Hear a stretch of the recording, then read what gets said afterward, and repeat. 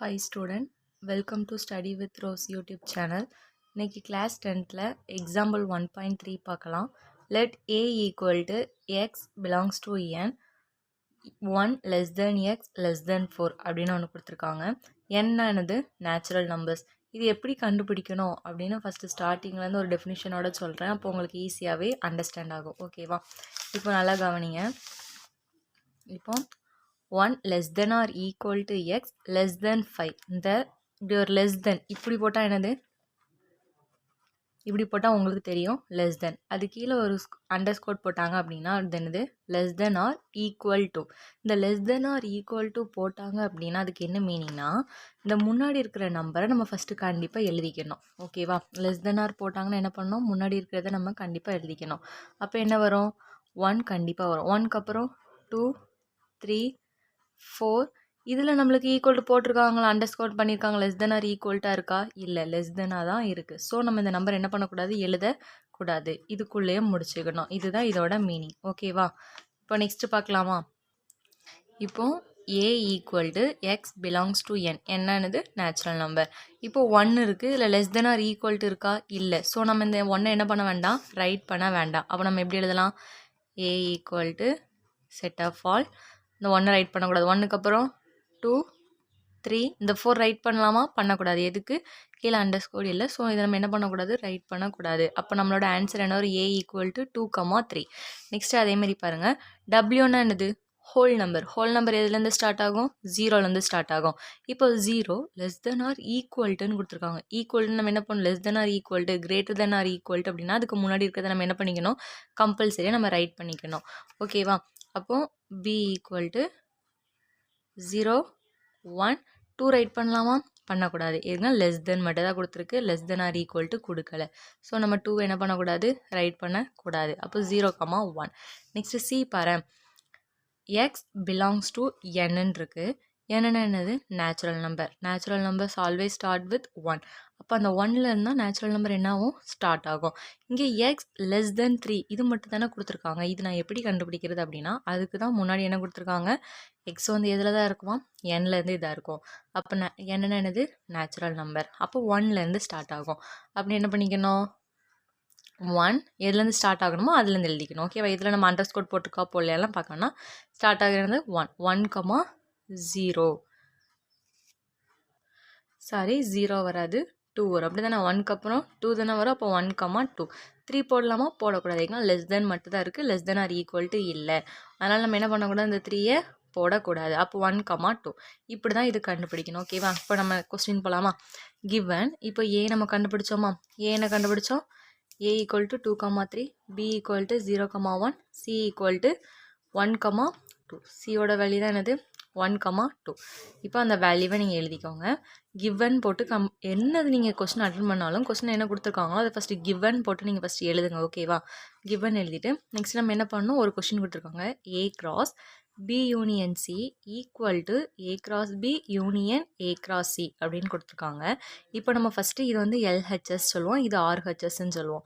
LHSனா என்னென்னா left hand side. ஓகேவா? Left hand side. RHSனா ரைட் ஹேண்ட் சைடு. ஃபஸ்ட்டு நம்ம இந்த ரெண்டையுமே நம்ம ப்ரூஃப் பண்ணணும். இந்த ரெண்டோட ஆன்சரும் நம்மளுக்கு எப்படி வரணும், ஈக்குவலாக வரணும். இப்போ ஃபஸ்ட்டு LHS எடுத்துக்கலாமா, LHSல என்ன எடுக்கணும், a cross b union c. அதை ஃபஸ்ட்டு எழுதிக்கோங்க LHS என்னென்னு. இப்போ நம்ம ப்ராக்கெட்டில் உள்ளதை ஃபஸ்ட்டு சால்வ் பண்ணிக்கலாம். b யூனியன் c, யூனியன்னா என்னது, யூனியன் அப்படின்னா ரெண்டில் இருக்கிறது எல்லாத்தையுமே நம்ம எழுதணும். ஓகேவா? நான் உங்களுக்கு ஈஸியாக சொல்கிற மாதிரி யூனியன்னா ஒற்றுமையாக இருக்கணும் அப்படின்னு ஞாபகம் வச்சுக்கோங்க. இப்போ யூனியன்னா இதில் இருக்கிறது எல்லாமே வந்திருக்கணும். அதே இது ஒரு நம்பர் 2 வாட்டி வந்துருந்துச்சுன்னா அதை ஒரு வாட்டி நீங்கள் எடுத்தால் போதும். 2 டைம்ஸ் எடுக்கணும் நம்மளுக்கு கிடையாது. ஓகேவா? 1 டைம் எடுத்தாலே போதும். இப்போ பி யூனியன் சி ஃபஸ்ட்டு என்ன பண்ணணும் அப்படின்னா பிஏ வேல்யூ எழுதிக்கணும். நெக்ஸ்ட்டு சி எழுதணும். இப்போ பி இங்கே என்ன இருக்குது, யூனியன். அப்போ நெக்ஸ்ட் நம்ம என்ன எழுதணும், யூனியன். நெக்ஸ்ட்டு சியோட வேல்யூ எழுதணும்.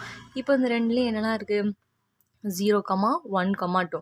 இதில் 1 வந்து 2 டைம்ஸ் வந்திருக்கு. நான் என்ன சொல்லியிருக்கேன், 2 டைம்ஸ் வந்திருந்தால் நம்ம 1 டைம் மட்டும் தான் எடுக்கணும். அப்போ இதை 1 டைம் எடுத்தால் 0,1,2ன்னு வந்துடும். நெக்ஸ்ட்டு பாருங்கள், a cross b union c. a cross b union c இதெல்லாம் நம்ம LHSல கண் பண்ணணும். அப்போ அதை எழுதிக்கோங்க. இப்போ ஏயோட வேல்யூ என்ன இருக்குது, 2,3. b யூனியன் c என்ன இருக்குது, இப்போ கண்டுபிடிச்சது 0,1,2. அதை ரைட் பண்ணிக்கோங்க 0,1,2. நெக்ஸ்ட்டு இப்போ பாருங்கள் 2,0 2,1 2,2. நெக்ஸ்ட்டு 3,0 3,1 3,2. இப்படி நம்ம பண்ணணும். புரியுதா உங்களுக்கு? அதுக்கு தான் உங்களுக்கு மேலே நம்ம போட்டு காமிச்சிருக்கேன், அதை பார்த்துக்கோங்க. ஒரு நம்பரை வச்சு உள்ளே கொண்டு எல்லாத்துக்கூடையும் காமா போட்டு எழுதணும். ஓகேவா? இது வந்து ஃபஸ்ட் ஈக்குவேஷன். இப்போ நம்ம எல்ஹெச்எஸ் வந்து கண்டுபிடிச்சாச்சு. இப்போ நம்ம வந்து ஆர்ஹெச்எஸ் கண்டுபிடிக்கணும்.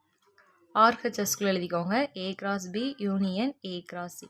இப்போ ஏ கிராஸ் பி கண்டுபிடிக்கணும். ஃபஸ்ட்டு ஏயோட வேல்யூ எழுதிக்கோங்க, கிராஸ் பியோட வேல்யூ எழுதிக்கோங்க. அதே மாதிரி தான் 2,0 2,1 3,0 3,1. ஓகேவா? அதே மாதிரி ஏ கிராஸ் சி கண்டுபிடிச்சிக்கோங்க. இப்போ A cross B union A cross C. எப்போவுமே இது ஈஸியாக நம்ம செய்ய நம்ம பார்த்தாலே இது எதில் யூனியன் எதெல்லாம் எழுதணும். அதேமாதிரி இப்போ அடுத்த நெக்ஸ்ட்டு சம்மில் இன்டர்செக்ஷன் பார்ப்போம், எது காமனாக இருக்குது அப்படின்னு ஈஸியாக உங்களுக்கு தெரிஞ்சிடும். ஆனாலுமே நீங்கள் என்ன பண்ணணும்னா ஏ கிராஸ் பினா இதில் என்ன ஃபஸ்ட்டு கண்டுபிடிச்சிருக்கீங்களோ அதை ரைட் பண்ணிக்கோங்க. நெக்ஸ்ட்டு எப்பவும் போல் ஸ்டெப் பை ஸ்டெப்பாக செய்யுங்க. ஓகேவா? நெக்ஸ்ட்டு யூனியன் இருக்குது, union A cross C. A cross சிக்கு நம்ம என்ன கண்டுபிடிச்சிருக்கோம், இந்த வேல்யூவை எழுதிக்கோங்க. இப்போ இந்த ரெண்டுலேயும் யூனியனாக நான் என்ன சொல்லியிருக்கேன், ஒற்றுமையாக இருக்கிறது. அப்போ இதில் என்னெல்லாம் இருக்குது, 2,0 2,1 3,0 3,1. இதில் பாருங்கள் 2,1 2 டைம்ஸ் வந்திருக்கு. அப்போ நம்ம என்ன பண்ணிக்கலாம், 1 டைம் எழுதிக்கலாம்.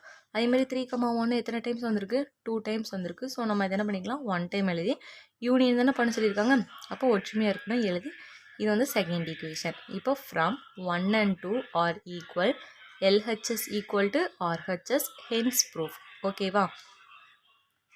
இப்போது நெக்ஸ்ட்டு நம்ம என்னென்னா அதே கொஸ்டினில் வந்து செகண்ட் சப்டிவிஷன் பார்க்கலாம். கொஸ்டின் எழுதிக்கோங்க. நம்ம அப்போவுமே பார்த்தது வந்து இதில் யூனியன் இருந்திருக்கும். இப்போ வந்து நம்ம இன்டர்செக்ஷன் பார்ப்போம். யூனியன்னா என்னது, ரெண்டுலேயுமே ஒற்றுமையாக இருக்கணும். அப்போ எல்லாமே எழுதணும். அதே இதில் 2 டைம்ஸ் இருந்துச்சுன்னா அது 1 டைம்ஸ் எழுதணும்.